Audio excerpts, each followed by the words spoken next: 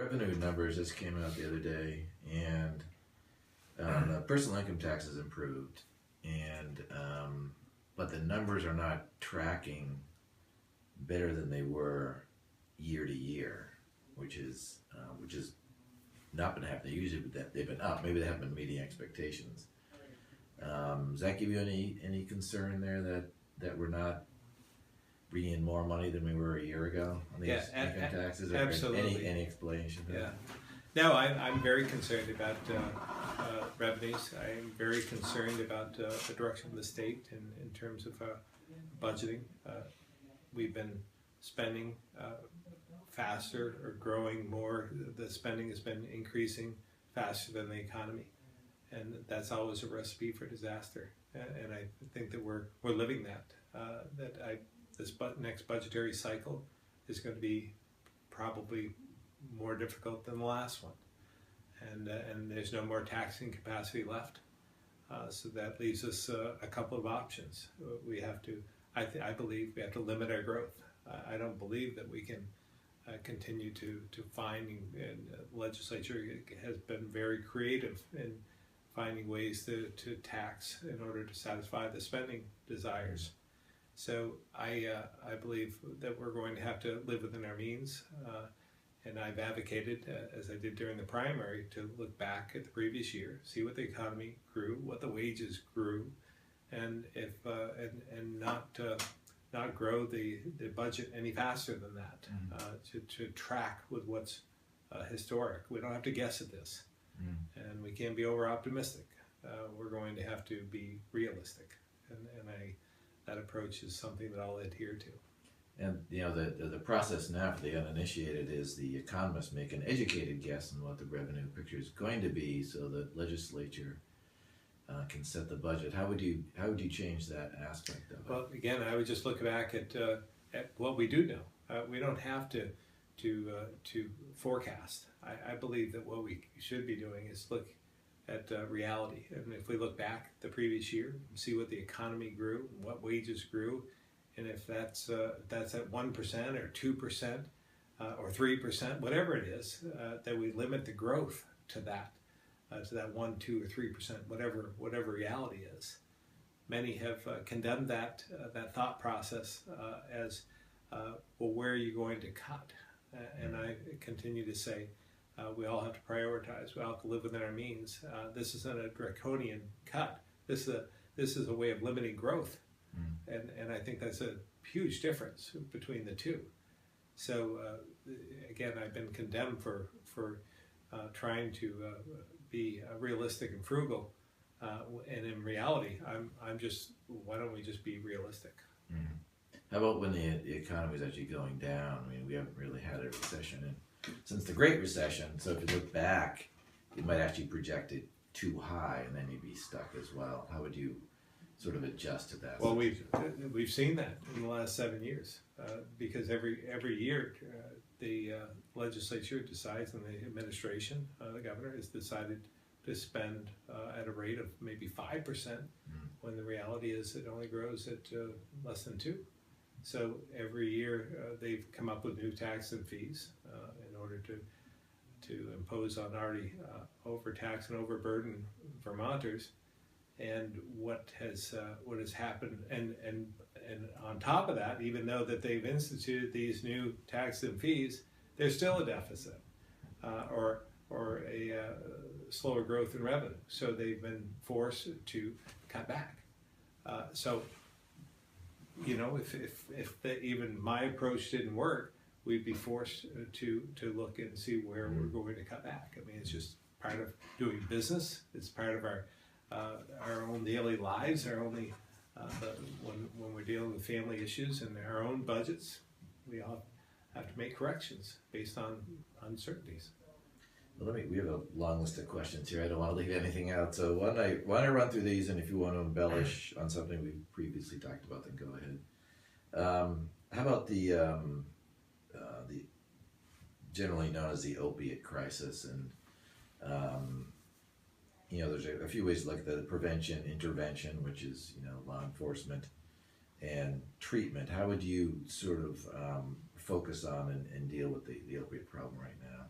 Well, first of all, I have a 10-point opiate plan on my website that anyone can take a look at, my approach to doing this. And I believe that's one of the reasons I received the endorsement of the Sheriff's Association, because of this opiate plan that I put forth. And your website is? philscott.org. So you can take a look at that, along with my economic plan, my modernization plan, my transportation plan. I have a few of them on the website. So what I look at this approach as a three-legged stool, that one leg for prevention, one leg for treatment, and one leg for enforcement. And I see that we need a balance of the three in order to tackle this problem. We have to recognize this is a crisis of sorts in Vermont. It is affecting our economy. And for those who don't believe that it's affecting them, I just don't think they're aware, because I believe that each and every one of us probably has a story to tell within our own families, our own businesses, or have been as a result of petty crime or a crime committed against us in some way. So we've all suffered the ill effects of this in different ways. I will say that while I haven't agreed with Governor Shumlin on anything or much of anything over the last 7 years, I think he's done a pretty good job, and he identified this in his State of the State address. And I think that was essential in beginning to realize that we have this problem. First step that I would make is appoint a director of drug abuse, someone that would report directly to me, and I think it's that high level of an issue. So that's the first thing I do on the opiate plan. I also would take a look. Project Vision in Rutland has been successful in many different ways. It's a different approach to tackling this problem, and I believe that we should bring all the stakeholders together in order to consider different approaches throughout the state that work, so that we're collectively, because there's not one simple solution here. It's many different solutions, and finding the right fit for your community is essential. So I think that's part of it as well. I think Gloucester, Mass, and I've identified this as well, has instituted a program, and we've done a little bit of this in Vermont, but I think it should be done more. They have allowed law enforcement, the boots on the ground, so to speak, to identify those who could be provided treatment rather than incarcerated and charged with crimes, and giving them an opportunity to do so without having a record and so forth. So there are many approaches, but this is something that's affecting our businesses and our own lives, so and affecting the economy overall. So it's a huge issue that we intend to tackle. Do you feel like you have to convince people that a pound of treatment is a lot cheaper than having to go through the whole criminal process and chase down people, and just like trying to say, okay, there's a problem, let's just, if we do this, it's going to help us down the road. Yeah, there is some education involved in that.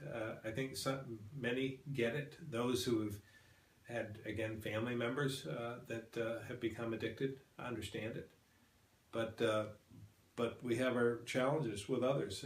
They feel as though enforcement is the only answer. Well, the reality is we're not going to arrest our way out of this, but we're not going to treat our way out of it either. And that's why I say there's going to have to be a balance of the three: education, treatment, and enforcement. It's just, and trying to find the right balance is difficult. But again, I'm taking this very seriously. Let me go to another thing that's really expensive, education. We'll start with post-secondary education. So, you know, the statistics are very clear about wages, you know, ability to earn a higher wage with a higher level of education. So just about anything past high school. How do you, and of course the state has not been a good provider to the state colleges, and maybe there's even sort of a lack of pushing students in that direction. But how would you handle sort of post-secondary education and the ability for people to make more money? Well, it certainly is an issue in this state. We're on the bottom of the list in terms of being a good partner in with our colleges and universities, providing opportunity and resources in order to provide for a less expensive pathway. Let me first say that I believe that it's a higher level of education is important for our youth, for our economy. It's not for everyone. 4-year school isn't for everyone. A 2-year program might be something that fits the model. And I think even when you look at the stats, even another level of technical training, apprenticeship work, makes a big difference. Apprenticeship is very important. I'm a product of vocational education. In high school, I was trapped in between. I did my college prep in the morning, and I was in vocational machine shop in the afternoon because I love to create and build things. I problem solve. I just like that aspect. But there was a certain stigma attached to that as well. And I think there's a bright, lucrative future for the trades. And I think that we should be enhancing tech ed in particular. I went to school. I graduated from UVM. I was going to be a tech ed instructor. So it's part of my core. And I think, again, it's something we should focus on and delivering that in a different way. That maybe it isn't all, maybe it's getting our tech programs together on the K through 12 as well. I think providing an opportunity for our youth in the K through 12 for tech ed is essential as well. Makerspace. I saw something on CEX 2 or 3 weeks ago, and there was a school that was utilizing, because I thought in the old days it was industrial arts, now it's tech ed, and this was like maker space that would tap into the creative thought process of many and develop an opportunity for students to try out different things, see if they have any interest in some of the trades, and where that takes them is anybody's guess, but at least they're being exposed to this, and I think that's essential. I don't believe. I know my opponent has said that she's coming up with free education, and I don't think anything is free. I think that somebody has to pay, and I know she's talked about having a bank fees increased as a result. That just means to me that we're all going to pay somewhere, because the banks aren't going to absorb that. They're going to pass it on to the consumer, the customers, just like we do in our businesses. If there's a mandate on our businesses, that just that increases the cost of the product. So they're going to have to do the same.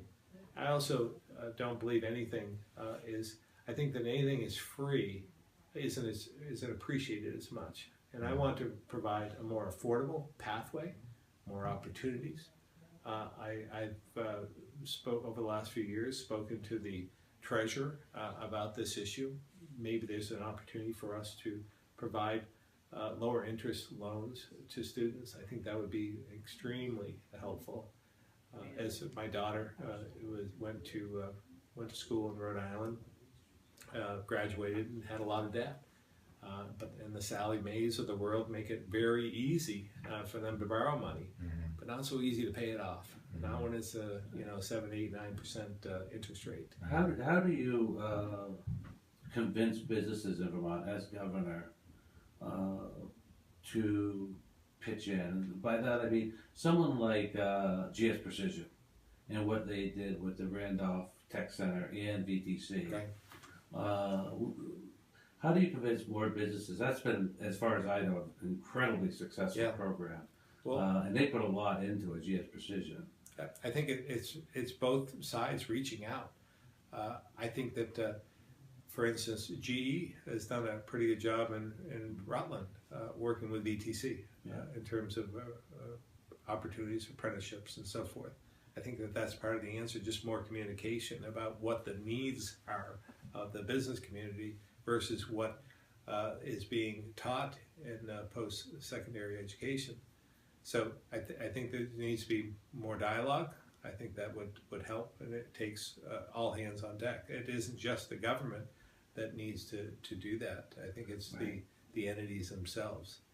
And if, I go back to my belief is this election is all about the economy. It's all about the growth of the economy and providing more opportunity and identifying that we have this crisis of affordability on our hands. If we institute the right policies, and government doesn't create a single job, we all know that, but it can provide a climate that's conducive to growth, so the private sector can react and can provide more opportunity. So if we can do that and provide for more growing economy, more revenue organically, then maybe we can help and participate in the future, provide for more relief for our students going to post-secondary education. And I think that that's the goal, is to help our colleges and universities. We want them to survive, we want them to prosper, and we have an obligation to help, particularly our state colleges. And the departments that would be behind this would be labor and economic development. Do you have an idea who you'd like to put into those positions without telling us? Right. No, I mean, But you can tell us if you want. no, I've committed to seeking out talent. I'm looking to find those who have expertise in the area, that know how to balance a budget, that understand how to work with people, and are committed to economic development. Because I think every sector, whether we're talking about transportation, or we're talking about agency of human services, or we're talking about the buildings and general services, it doesn't matter what department or agency. I think the economy could benefit by the right approach, the right thought process. Everyone has an attachment to that and will benefit as a result. So I'm just seeking out talent, because as I know, it takes a good team, a team effort in order to succeed, and you surround yourself with people that are better than you, for yourself to succeed. It seems like with every new administration, especially in economic development, they start from scratch. Do you see anything, this under the Shumlin administration, we spent a great deal of money, got 2 marketing firms in, one from Vermont, one from out of state, to come up with a plan. I haven't seen that whole plan, but do you see any value in that, or do you see your administration starting from scratch? Well, I think everyone has my emphasis is on economic development, so that's an area that I have a lot of interest in, Right. Because I think it's part of our future and our success in the future is economic development. So, having said that, we know, and I'm sure you've seen some of them, but we have study after study, plan after plan, economic initiatives over the last 20 years. We probably have a stack Right. a foot high of those studies, maybe more. They're still relevant. Some of the ideas are still relevant. What we need is implementation. We need more action. We need to stop talking and start doing. Mm-hmm. And I think that's something that I'm a practical person. That's the way I run my business. That's the way I run my life. I just seek opportunity, and then let's do it. We'll look at some of those initiatives. We'll make changes, obviously, but some of the information is already there. We just have to utilize it. Just to get back to the college thing for a second, do you anticipate trying to get any more money out of the legislature for the colleges, as the colleges are always asking? Yeah, eventually. But I try not to make promises I can't keep. And that sounds good on the campaign trail, that we're going to invest more and we're going to, but I'm not sure that we can in the first year. I think that what we need to do is look to see what we can do to survive, and then focus on the economy in order for us to gain that revenue organically so that we can invest more. But it won't come, I don't believe it'll come in the first year. Is there a reason why these state colleges don't fundraise? You know, every college, St. Mike's, Middlebury, UVM, throughout the country, has a board of directors. And this board of directors, or board of trustees, and the main purpose of the board of trustees is to fundraise. None of the state colleges in Vermont have that. Is there a reason why? I mean, it seems to me that if they had a fundraising arm, a development director at these colleges, they have great graduates that could put money into the colleges fast. Why is there a reason why they don't? Well, it's interesting you bring that up because I think they're recognizing the fact that they have a lot of talented kids that graduate from the state colleges. In fact, I was at an event last fall, and they had I don't know if you were you there at the Capitol Plaza, where they recognize certain individuals as like a rising star, or recognizing those who graduate. And I shouldn't remember his name. The weather forecast on the weather Cantori, Jim Cantori? Graduated from Lynn. Yeah. And that was he was recognized and he spoke.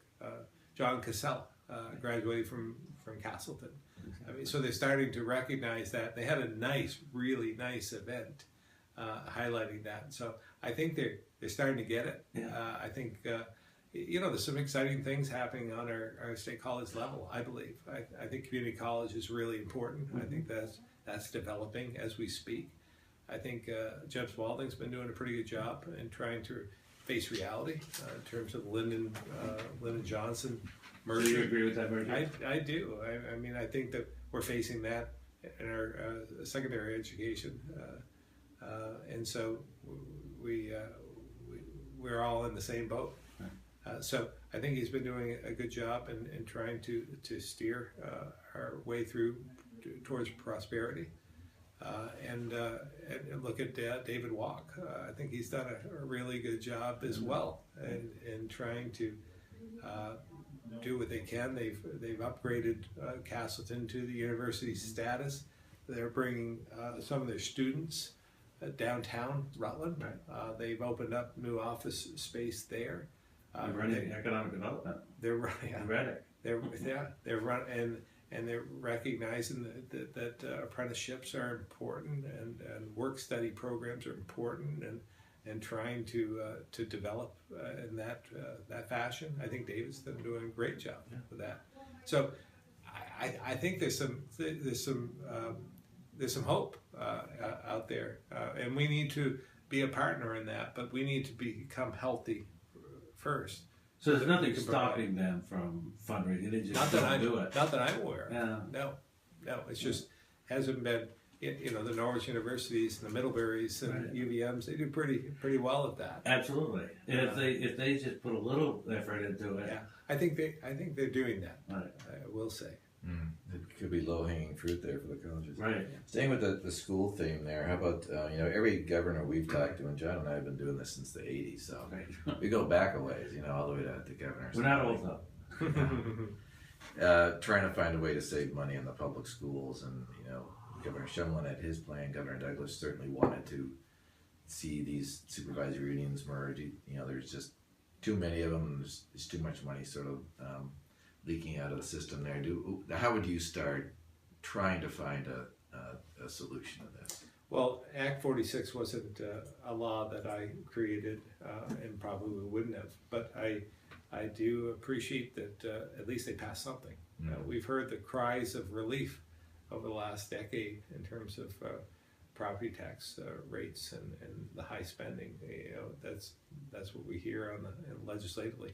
And the legislature has not reacted, has not done anything about that cost to our burden to our citizens. So while it's you know, it was hurriedly done and done at the last minute, and it did pass. And there's been a lot of consternation in terms of how do we implement, and a lot of work has gone into this from a lot of school boards. I think it needs some changes. I'd like to see more school choice. I think that's part of the answer. Clarifying that in Act 46 is important, but also enhancing in whatever way we can. There's some great private schools out there, that independent schools, and also having school choice in our public schools, I think, is important. I think families should have a choice as to where their kids go. So I think that's important. But we have, you know, the Joint Fiscal Office had a study done. It's called the PICUS report. Maybe you're familiar with it. But they've identified $150 million worth of savings in education, and the legislature has not followed through with a report that they asked for. So once again, there's a report that gives some suggestions on what we could do to save money and be more self-sufficient, and the legislature has chosen not to follow through. I would like to see us, utilize some of those savings, because we could then reinvest. I mean, let's just say you had $150 million of savings, and if you had that, maybe you could take $25 million and put it into pre-K, because I believe in the research. I believe that the development of our youth from 0 to 5 is essential in outcome. So let's live within our means. We're spending $1.6 billion to educate 86,000 kids, but let's look within the pot and see if we have to shift resources in order to accomplish that. But this 1.6 or 150 $1 million could help in that regard. Maybe some to pre-K, maybe some to whatever else in the STEM or tech ed or whatever it is, and then maybe $100 million back to the taxpayers, so they can have some more money in their pockets. So I think it's real, and it's something that we should consider. But we go back to the problem, and we're spending $1.6 billion to educate 86,000 kids. It's spending a lot of money to do so. It's 20,000 less kids than it was 20 years ago. So is there more of a 21st century efficient way of delivering a high quality education to 86,000 kids? I dare say there is. And I'd say if you asked your membership, if we gave you $1.6 billion and asked you to develop a program for 86,000 kids, I dare say it wouldn't look like it is today, what it does today. I would dare say that it looked drastically different. So we have to have the courage to at least consider that. Where would you start? Where would be the first thing? Obviously, you're gonna have to chip away at this sort of thing. PICUS report, a great place to start. And I think, again, understanding that we can't spend any more than we're taking in. It's some of the mandates that we impose on the education system is part of the problem as well. We've done it. So we may have to take a look at that. Let's focus on what the problem is, and let's not forget about the children at the same time, providing an education for them, not just about the budget and how do we keep people going and focus on the labor market. Let's make sure that their education is considered, because again, I think there's a much different way of providing a great education, and we do it in certain areas. You look at some of the independent schools, the Linden Institutes, the Bird Burtons, do a pretty good job. Let me ask you some questions about affordability, because that's obviously been a sort of a hot topic also. And there's two groups that sort of think about. One is obviously affordable housing. The other is affordable retirement. So with retirees in Vermont, always comes in as the most expensive place to retire to. And it's an important group for Vermont because actually we're adding retirees. It's Right. one of the increase in demographics. So is that do you see that as an important addressing some of those taxing issues that are affecting retirees, or where does that sort of fall on there? Absolutely. I think that we have an obligation to take care of those who have given to us over the years. So retirees make up about, I think it's maybe a little bit more than a fifth of our population, maybe a quarter of our population. So, and gaining every day. I mean, it's part of our problem solution as well. But we have more breaching that age every day, and I believe that we need to fix this demographic issue that we have, and trying to encourage and provide more opportunity for our youth to either come or stay. But the retirees, I'll be putting out something in the next week or so. My plan to wean ourselves off from taxing Social Security benefits. I think that's taxing a tax that makes no sense. We're one of 13 states, the only 13 states that do it, and that's not a magnet for those who are considering moving to Vermont to retire here. We could use a few more. So I'd like to do it over a 3-year period. Look for the category that makes, there's going to be a cutoff point. Not everybody needs it, but there's a certain wage area that I would like to point to, and then phase it out over 3 years. And I think it's doable. But we're going to have to institute things like the PICUS report and things, the Shao report. There are areas there. Shao, when he did his report, he identified like $500,000 or $500 million worth of savings in healthcare and other areas. So we have to consider those. We asked for them. Let's consider that. So that and the inheritance tax. I know we made some changes with that, but we should be consistent with the feds. It might be kind of difficult because that was one of the taxes that was actually up this last reporting period quite significantly. So, I also like to, for those, I have a great amount of respect for those who serve the country and provided for our safety. And we're one of the few states that taxes military benefits as well. I think if we want to attract more people into the state, because I believe that we should set a goal of 700,000 over the next 15 or 20 years, that we could provide for some tax incentives, or at least provide for that affordability issue, and we address that, then we could become more of a magnet for those considering moving. I wouldn't think that'd be a very big number that would cost the state. It's about $5 million per year for military benefits, and I think that would go a long ways towards changing the dynamic, changing the opinion of those. We're known as a anti-business state. We're known as a high-cost state. We're known as a anti-senior state in terms of costs. So we need to change those dynamics in order to survive. And part of it is just reacting, doing something about it.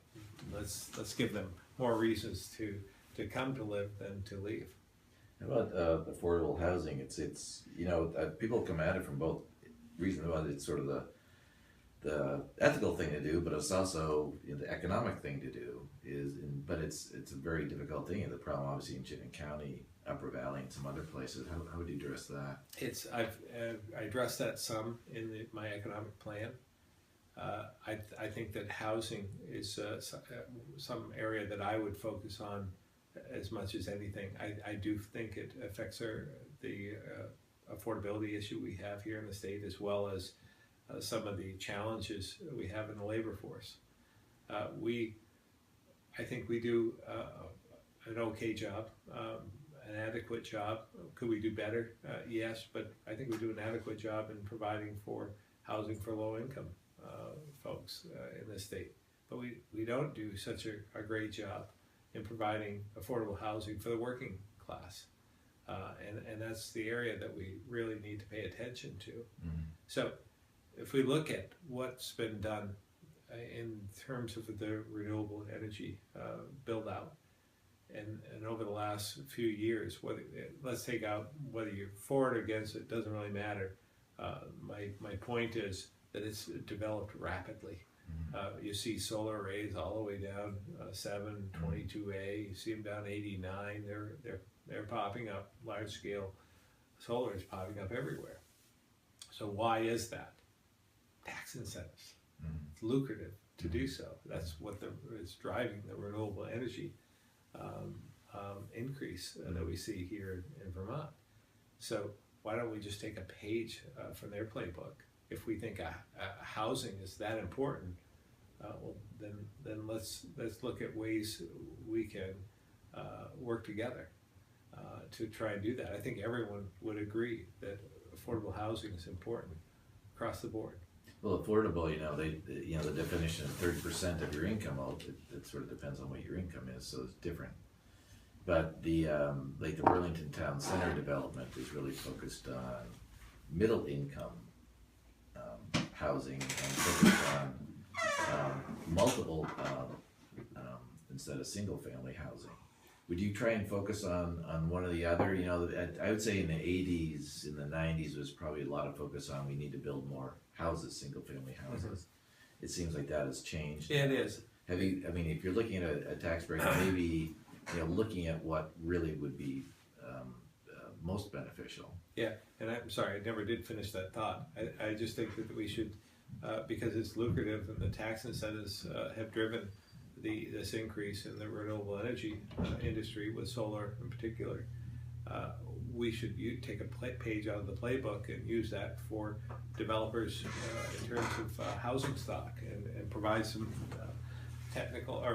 provide some tax incentives in order to do so, as well as a helping hand along the way through the permitting process.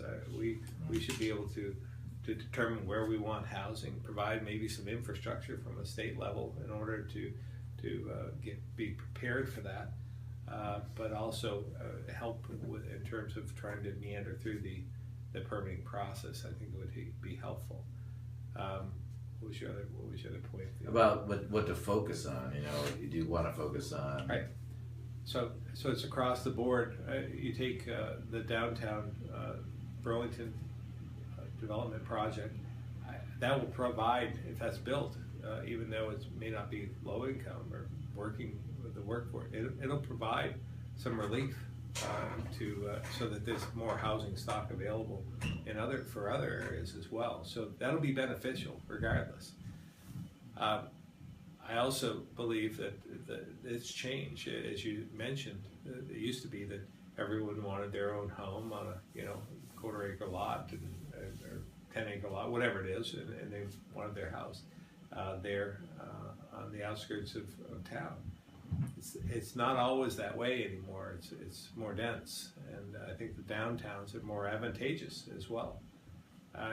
When I was in Rutland, there was a local developer that was redoing some of the upper sections of one of the buildings there, and it was really unique type of housing and attractive housing. And I think that we need to continue to focus on the downtowns because that's where particularly our youth want to relocate, and I think that's healthy for some of the downtowns that need that economic development.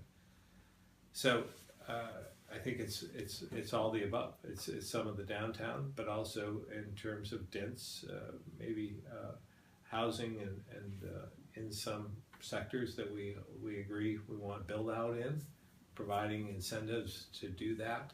But also, I'm advocating in my plan to allow some of the smaller contractors and maybe individuals that see a dilapidated house and think, I'd like to take that and fix that up and resell, And the reason they don't do it is because it's the capital gains, or it's because of a tax penalty in doing so. So I'm advocating for let's have the tax department take a look at that and find a way that so that somebody wanted 3 or 4 houses a year wanted to do that, either for their small business when they have downtime and they don't have a job, they might want to keep their employees going. Well, they might decide to do the house. And if there wasn't a tax penalty along the way, I think there'd be more people doing it. So when you flip a house, with the caveat though, I will say, of considering getting to some sort of efficiency standard, so that we don't put the burden on the new owners in terms of operating costs. That is some sort of target for an efficiency standard in order to get the tax benefit, or reduced tax penalty, I should say. My next question was about EB5, but since you're talking about energy, let me just jump to that for wind farms. Where do you stand on? I'm opposed to wind development on our ridge lines. I just think it's very divisive in Vermont, and if there was no other alternative, I might be all in. But there are many other alternatives. One, I think solar is growing, but also we have to recognize the fact that we have a neighbor to the north that is one of our largest trading partners that has an abundance of energy, renewable energy in Quebec. So why don't we recognize that we don't have to do everything on our own? That if we trust our partner or our neighbor, that maybe they can help us as well. We need more baseload power, and I think hydro provides for that. How about the local wind? Obviously, there's been a big issues about siting, and it's been again another one of these things where different groups who you'd think be opposed to each other either coming together or they're dividing or something like that. And you have farmers wanting to put smaller windmills or solar or something like that because they're struggling to make ends meet. They need more income. And then you have other people saying, well, it's doing this to the land or whatever. Right. So how do you fall on that issue? Well, I think solar, I'm in favor of the renewable energy goal of 90% by 2050, I think is attainable. I think technology is going to change enough to make that attainable. Including the Hydro-Quebec. I think if we include, which is, at this point in time, we recognize that large-scale hydro is renewable in the state. So if we make some, negotiate with our friends in Quebec, I think it's attainable. So I'm okay with that, but what I said before about large-scale industrial wind, I think is inefficient, and I think it's very divisive. And so why don't we focus on some of the other areas instead? So you'd be okay with there's that farm, I think it's in Sheldon on Route 14 that has actually two windmills, little windmills there. You're okay with the local production? I think small scale, individualized, I think is not only appropriate. I think it's advantageous. I like to be self-sufficient, and I think that's okay on a small scale. I just think destroying our ridgelines is just sending a bad message, and we're trying to protect. And I think that when you're looking for siting a large scale project, either solar or wind, or whatever, I think it should be based on the need as well. Is there a need in that area for power, and seek local input as well. There's 2 big projects proposed for Morgan up by Lake Seymour. One is wind and the other is solar. And it seems that people up in that area are against both of them. Well, funny, Irisburg, when they took their vote on wind, it was like overwhelming. I'm going to make it up 270 to 60 opposing wind. Right. But when they went to the Public Service Department and asked about whether or not they could be involved in some way with a solar project because they do believe in renewable power. They were told that they didn't have enough need for a solar project. And so it left them kind of scratching their heads, saying, well, so they're going to force upon us a wind project, and that was okay. But when we were proposing we would be willing to accept solar, they said there's not the need. But I think that in Morgan, it's more for the solar, the placement of it. Yeah. You know, it is up in the kingdom. It's a very touristy area. Yeah. These, I guess, I don't know that much about it, but would be seen. I think you can, with the proper siting, screening, and so forth. I think solar is fine. I really do. I'm not. I think wind is different, and it does a lot more damage. And again, when we look at investing in some of these areas and tax incentives and so forth, and we're paying it through higher rates too for this power. We're look at the.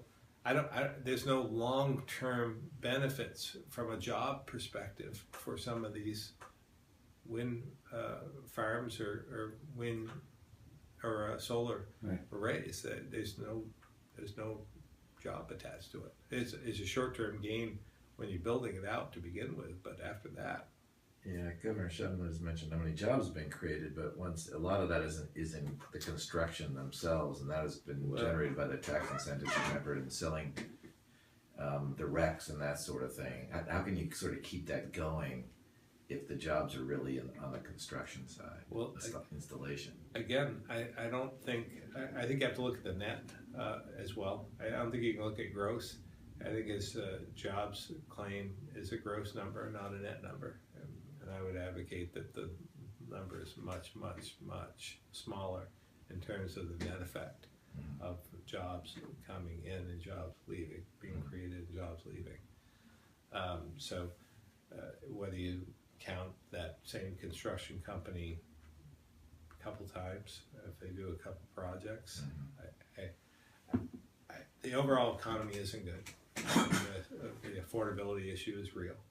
So we have to do everything we can to change that dynamic. Let me ask you, if I'm going to get to EB5, but if the legislature passes a carbon tax or something similar and puts it in your lap, what are you going to do with it? Veto it. Do you see anything that you could agree to? I'm not on that? looking to increase the cost of living on everyday Vermonters in any way, and I see the carbon tax as a way of just ratcheting up the cost of living in Vermont. You do the carbon tax alone in Vermont just artificially increases the cost of living for everything that we buy, that we utilize. Everyone has to pay, so it's bound to raise the cost of living. We already have this. We talked previously about this reputation we have as being an anti-business, very costly state to live in. This does nothing to enhance that. Nothing. Now, EB5 has done some really good things, I think, for investment in Vermont and Sugar Bush, JP, Burke, even. But you're gonna, as governor, you're gonna have this to deal with the blowback and the fallout from EB5. Who knows what the legal could be? You're gonna have to deal with it. How do you see the EB5 program, and how are you gonna deal with sort of both the positive and the negative of it? Well, I believe that we need more economic tools in the toolbox. EB5 has been good for the state in many ways. I would also advocate that even the Northeast Kingdom is better off today than it was 10 or 15 years ago as a result of EB5. So we have an obligation to make sure there's proper oversight. I think that should be enhanced, and I think it can be enhanced.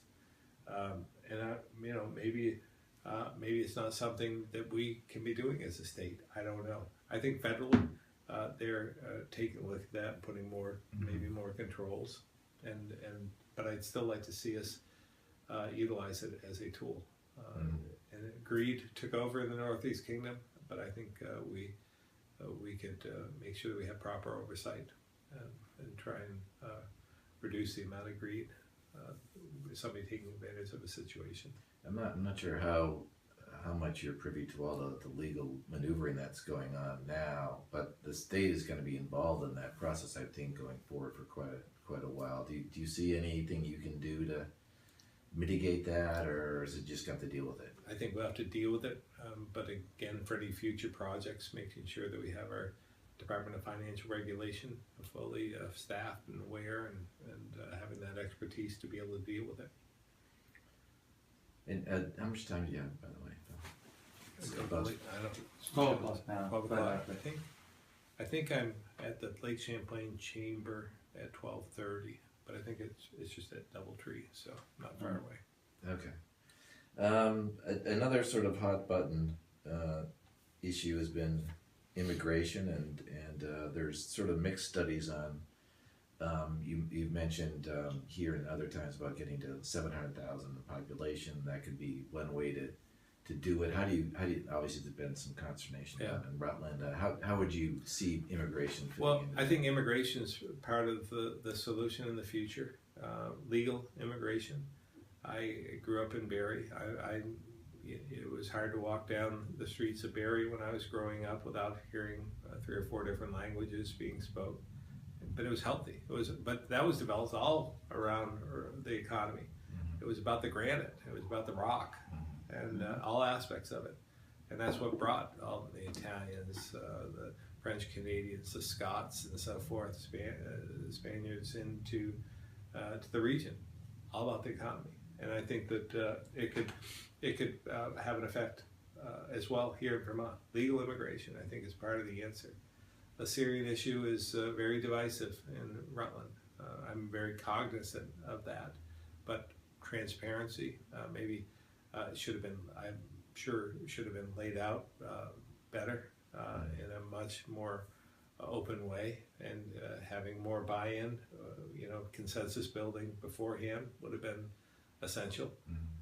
But they have their work cut out for them. Public safety has to come first. I recognize that. That's the first order of government, taking care of your citizens. So keep that in mind first, and then work your way through it. But I believe, I haven't spoken to the mayor about this, but I would imagine that he would have, if he had to do it all over again, he might do it differently. A lot of the immigrants today, whether they're from the Caribbean or the Middle East or really common around here, is Eastern Europeans working service jobs. It's sort of a different economic model than the stonecutters who came to central Vermont or the Rutland area in the previous, in the 1800s and early 1900s. Can the economy support, are there the jobs available that would support a family moving here? There's been talk about, $15 minimum wage, which even that might not do it if you played it out, it might, but if you had 2 working people. How do you see minimum wage, the jobs available to bring people in Vermont? I want everyone in Vermont to make more money, but to artificially inflate the wages doesn't help the economy. It just places another burden on businesses that we want to grow and prosper. What we need to do, I think they're putting the cart before the horse in this regard. I believe that what we should be doing is having a growing, more prosperous economy. And under my administration, I believe that it will be. And then I think wages will naturally increase. Supply and demand will create better paying jobs, because if you can have an economy that's thriving, there's going to be a need for labor. And so, and when you have a restricted labor force, the wages go up. I think when we were talking about the affordable housing and or the housing issue in general and wages, and if you look in the help wanteds here in the Burlington area, there's a lot of jobs going begging. So there's jobs available, but there's not the people either to take them or the people coming in who think they're paying enough. I mean, that there's supply of jobs, but there aren't the people apparently to take them. So there's a lot of jobs going begging right now. Well, and again, I think it's a curious supply and demand situation. Yeah, but I think as well it's about the affordability of Vermont. And why is it that when we graduate 10,000 from our colleges and universities every single year? So we have fertile ground there. We have a population of students just graduated with some skills that obviously came to Vermont for a reason or stayed in Vermont for a reason, so they have an interest in Vermont. Mm-hmm.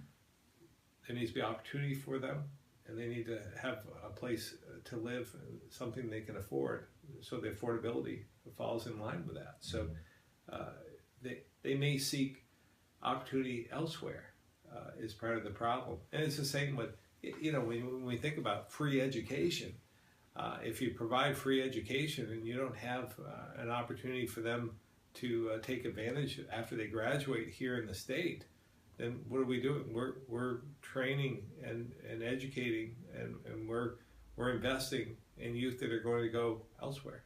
They're going outside the state because it's more advantageous, more lucrative for them to do so.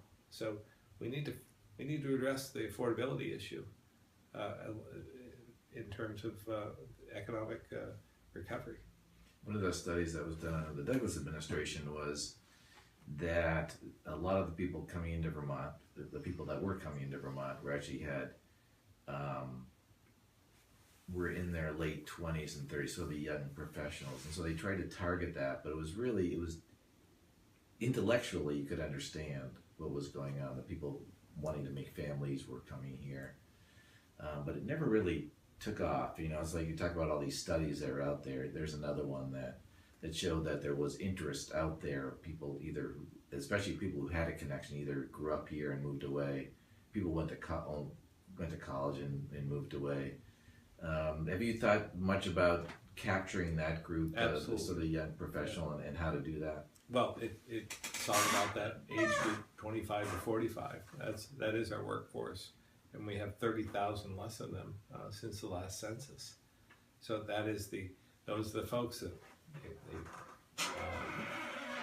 buy homes, have families, utilize services, buy products, and pay taxes. So when we have 30,000 less of them, it means the burden is placed on the rest of us that are still standing. So we absolutely have to pay attention to that category. I met with the young professionals in Rutland last year, and I'm going again, I think it's this weekend. Saturday. I'll be at that event as well. And they had a lot of great ideas on what it is. What can we do to keep our youth here and keep those with the skills and so forth? How do we keep them here? They came up with a few ideas that were good. I was at the Chamber of Commerce event in Randolph last year, and there was a doctor there that self-proclaimed progressive liberal, a doctor, but had 2 kids that left the state and weren't coming back.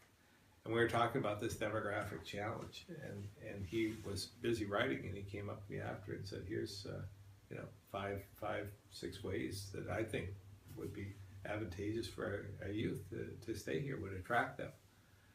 And I thought to myself, regardless of what the ideas were, but I thought to myself at the time, if in a matter of 5 or 10 minutes, one person, it was like a prescription for what ails Vermont. Here you go, this will fix it. But in 5 or 10 minutes, he came up with 5 or 6 ways in his mind that could help. Imagine if we just focus as a legislature for the next 2 to 4 years on just the economy and those affordability issues and so forth. If they spent their time doing that, prioritize what was really important, how much would we gain? Mm-hmm. Because the answers are out there, and they're probably in those studies. Mm-hmm. We just need to implement a few of them. One of the things that they tried then was advertising out of states, similar to the way we get skiers here. They advertise out of state. Maybe advertising get young professional families to move into Vermont. So. I do think that we need to focus our marketing, facilitate, I think, more working together within the state on the marketing aspect. I've advocated in my economic plan. I'd like to ask Vermonters to join in a competition of sorts to come up with the next slogan, whether we've seen the I Love New York, Virginia's for Lovers, and so forth. What's Vermont's next slogan? Everything's in a hashtag now too. Right. So things have changed in how we market. But what's the next slogan? And let's ask Vermonters what that slogan should be. And then we'll have a competition, give away something worthwhile, and then utilize that bumper sticker, hashtag, whatever you want, consistently throughout government. Businesses can use it, and government agencies can use it when they're out traveling about, rather than have another silo where Forest and Parks is doing one thing and maybe the ski areas are doing another, and let's get consistent here. Let's have a common message. Mm. Do you have any more? I have a couple of political questions. Do you have anything economic? Yeah. Budget stuff. Not really. The one question I'm kind of curious. You spent 7 years, I think, on a monthly basis, going into businesses and working the day. 5 years, yeah. 5 years. So, doing that for the 5 years, what have you learned, and how has it prepared you to be governor? Yeah. Well, it certainly was advantageous for me to spend a day working in the shoes of someone else and another Vermonter. And it tells me a lot about the businesses that are out there, but as well as about the people and their struggles. And they're working. They literally are working 2 and 3 jobs. People that are what appear to be good jobs are taking second jobs just to pay their property taxes. And so this crisis of affordability is real. And that's what led me to this, and trying to drill down in and see why. And I think it's very clear to me what we need to do. So that's been essential, and I don't want to stop doing that either. In some capacity, I'm going to continue if elected, because I think it's to keep your finger on the pulse and listen to Vermonters and listen to the businesses is part of the answer, because none of us have the answer individually, but collectively, if we're willing to listen to each other, we can accomplish this, and the future will be bright as a result if we just work together. Yeah, I was in the checkout line at Shaw's, and the guy checked me out. This is at night, and he works at well, I won't mention who it is, but a prominent manufacturer up in this area, and he's working at Shaw's at night to make extra money, working full time and a part-time job. At this other position, you wouldn't think, well, he wouldn't need to work 2 jobs, but he has a young family, and all that kind of stuff, which is really, I was really astounded by that. It's not just people working at the grocery store and at the convenience store. It's people that have actually. Well, two stories with that as well. I mean, I know a guy that's in the plumbing and heating business. You'd think he's doing quite well. He's got 3 or 4 vans around, people working for him, but it's not quite enough. He's working a second job too. Mm. You think about that. I mean, someone in business has people working for him, and they're taking a second job. Is something wrong? Mm. And when you look at 1/3 of our population is somehow involved in Medicaid, that's a safety net.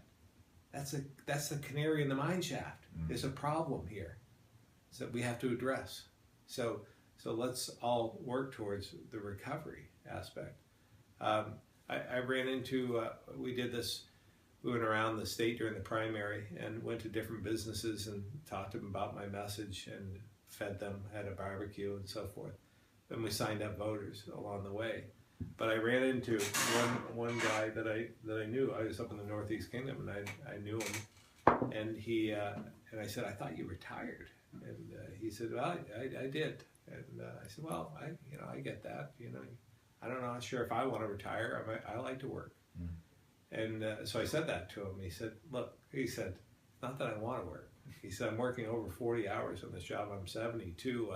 I had a different vision. But if I want to stay here, because I've got my grandkids here, if I want to stay here, I got to work. because I can't do it. It's not. I can't afford it. So pretty sad when you think about that. And that's when I talk about the taxing of Social Security benefits and so forth, and recognizing that we need to take care of them. And let's become a magnet. You know, if we could attract more of our military vets after they've given their lives to all of us in some capacity, they've risen to the occasion. Let's give back a little bit and maybe have a few more of them retire here instead of somewhere else. Well, as mentioned, they're retirees because they're not just fixed income people. Some of them are bringing significant assets. Absolutely, to we Vermont, drive them away. Right. You know, but it's getting to be fewer and fewer. We keep saying, yeah, I hear we're just going to tax the rich, and I'm thinking smaller pool, less of them. You keep putting pressure on the rich, and they're going to find somewhere else to live. They'll come visit, but they won't live here. When you were running for lieutenant governor last time, I asked you if you were doing any internal polling, and you said no. Give me a break. Are you doing it now? Yeah. Yeah, you're gonna share with us any results. It's a very close election.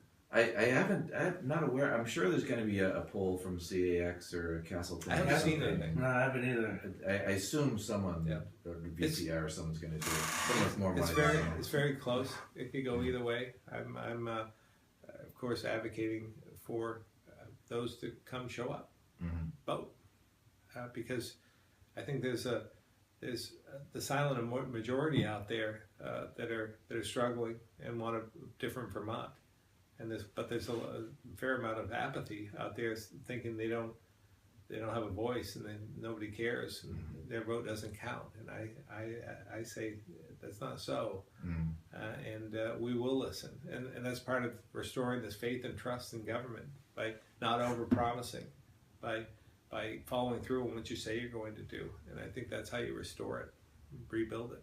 Yeah, we just had 2 elections that went, one of them was reversed. In Grand Isle. Right. And the Washington County primary in the Senate was one vote, one single vote. Exactly. Determined who was going to run. Those are sort of the substantial questions I had. You know, one of the other things I've been wondering about is, and this happened just in the gym on Monday I was in, people just throwing haymakers at Governor Shumlin. You know, regular people, politicians. I've never seen that on the local level. What do you attribute that to? Frustration.